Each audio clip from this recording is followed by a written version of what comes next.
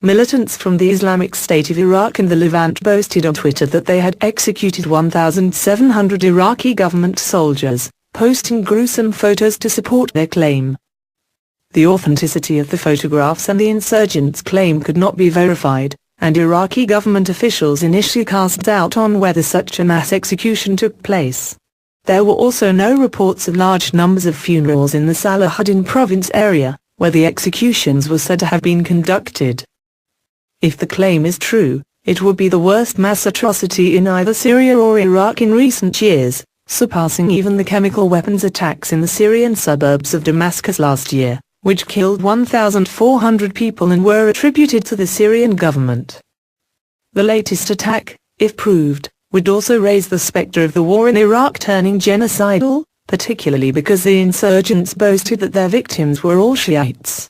There were also fears that it could usher in a series of reprisal killings of Shiites and Sunnis, like those seen in the Iraq War in 2005-07.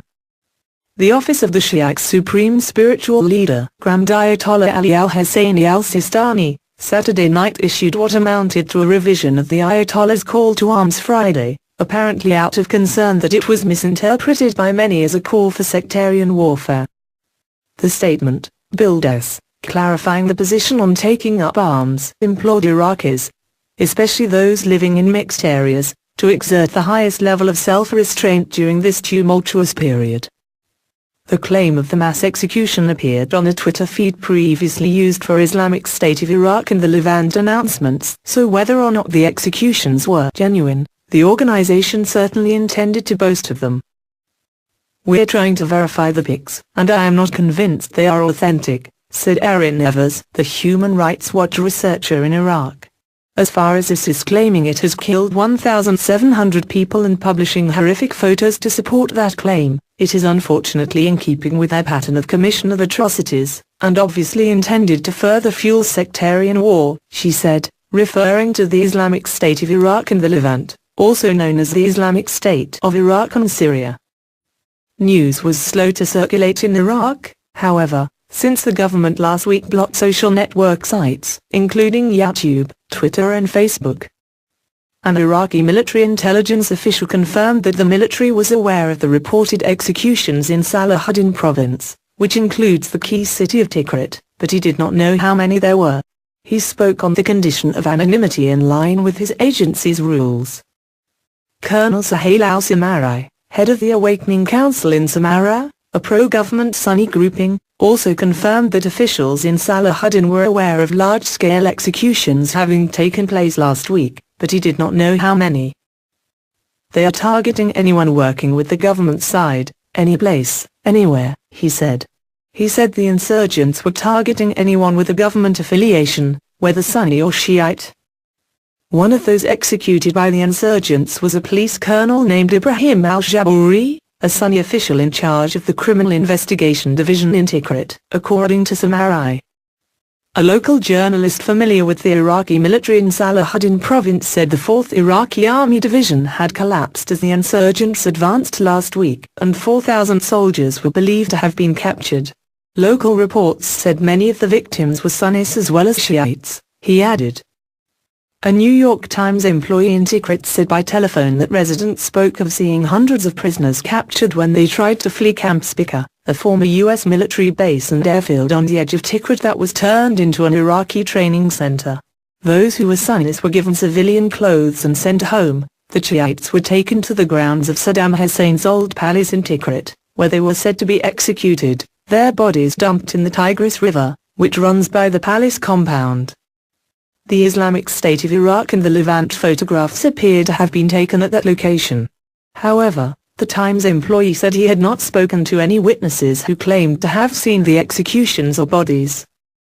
The still photographs uploaded on the Islamic State of Iraq and the Levant Twitter feed were bloody and gruesome, showing the insurgents, many wearing black masks, lining up at the edges of what looked like hastily dug mass graves and apparently firing their weapons into groups of young men who were band and packed closely together in large groups. The photographs showed at least 5 massacre sites, with the victims lying in shallow mass graves with their hands tied behind their backs. The number of victims that could be seen in any of the pictures numbered between 20 and 60 in each of the sites, although it was not clear whether the photographs showed the entire graves. Some appeared to be long ditches.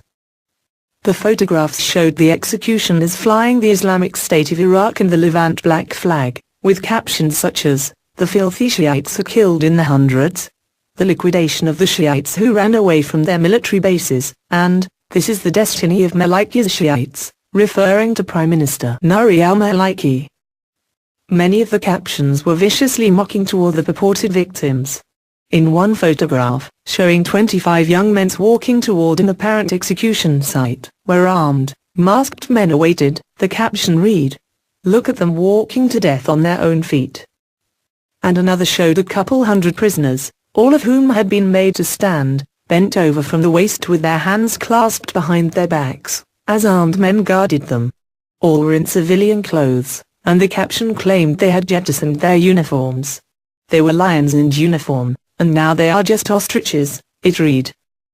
Other photographs showed prisoners, mostly young men, stuffed in large numbers in dump trucks and pickup trucks. They appeared extremely frightened. A senior Iraqi government official, speaking on the condition of anonymity because he was not authorized to make press statements, said news of the executions was slow to circulate because Twitter had been blocked. "I don't doubt they are real, but 1,700 is our big number," he said. "We are trying to control the reaction. They are trying to bring back the 2005 to 2006 days. Sunni and Shiite militias engaged in a wave of tit-for-tat killings of civilians during that period, killing tens of thousands." Al-Sistani's statement late Saturday came only one day after his office had said it was the duty of every Iraqi to take up arms to support the government, which greatly accelerated the formation of volunteer groups, supplementing Shiite militias and planning to support the Iraqi army. Adamant that his words Friday not be taken as a starting bell for a repeat of that period of bloody sectarian fighting or potentially something even more brutal, Al-Sistani used plain language to make clear that he was opposed to and would condemn any sectarian behavior.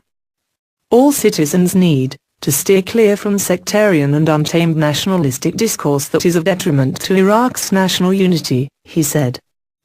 Both the Iraqi military and the informal Shiite militias already appear to have embraced each other, and in at least some cases, militia commanders are already working inside Iraqi army bases, blurring the line between the government troops and informal squads of gunmen, some of whom may wear government uniforms but are not army soldiers. Such groupings in 2005 to 2007 were responsible for much of the sectarian bloodletting, when as many as 1,000 civilians were being killed every week.